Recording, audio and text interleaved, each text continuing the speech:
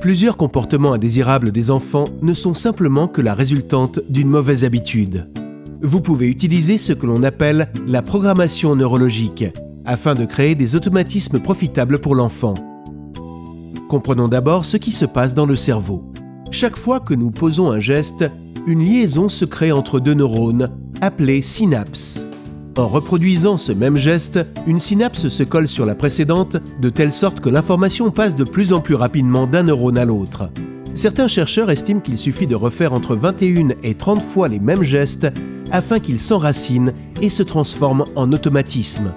Les liens entre les neurones ne se brisent pas, mais par contre, il est possible de créer de nouveaux liens entre ceux-ci. Mais plus le circuit neuronal est ancré depuis longtemps, plus le cerveau aura tendance à emprunter ce bon vieux chemin plutôt que le nouveau. Le changement peut donc exiger une période de 3 à 6 mois d'entraînement. À la naissance, le réseau neurologique des enfants est vierge.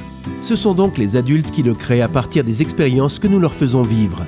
La capacité de s'endormir est la première habitude que nous créons chez eux. Vous bercez votre enfant à chaque fois jusqu'à ce qu'il s'endorme.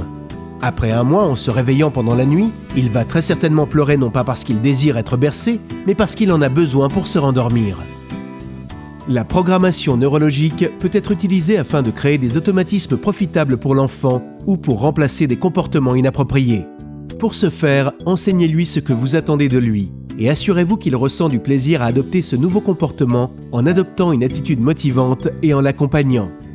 Si vous réussissez à lui faire exécuter une 30aine de fois cette opération, il commencera probablement à en adopter l'habitude et vous n'aurez plus qu'à diminuer progressivement votre soutien et valoriser ses efforts. Si l'adulte fait des reproches et des soupirs exaspérés, l'enfant risque d'avoir bien du mal à intégrer la routine. En effet, s'il est confronté à une situation désagréable, son cerveau est programmé à fuir ou se défendre. En matière scolaire par exemple, si votre enfant rechigne à faire ses devoirs, plutôt que de lui faire des reproches sur un ton désagréable, asseyez-vous à côté de lui, demandez-lui comment a été sa journée, ce qu'il a appris à l'école, quelles sont les compétences qu'il doit réviser et renforcer ce soir.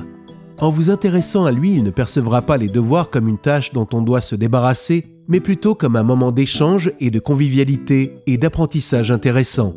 Pour établir une routine, établissez ensuite, par écrit, une séquence d'actions à réaliser, toujours dans le même ordre. Ça pourrait être par exemple 1. À 18 h, aller prendre mon sac et l'apporter à la table de la cuisine. 2. Sortir mon matériel. 3. Vérifier la liste des choses à faire et choisir par quoi je commence. 4. Me mettre au travail et maintenir l'effort pendant 15 minutes sans faire autre chose. 5. Au bout de 15 minutes, m'accorder une pause de 5 minutes. 6. Me remettre au travail pour 15 autres minutes. 7. Et ainsi de suite.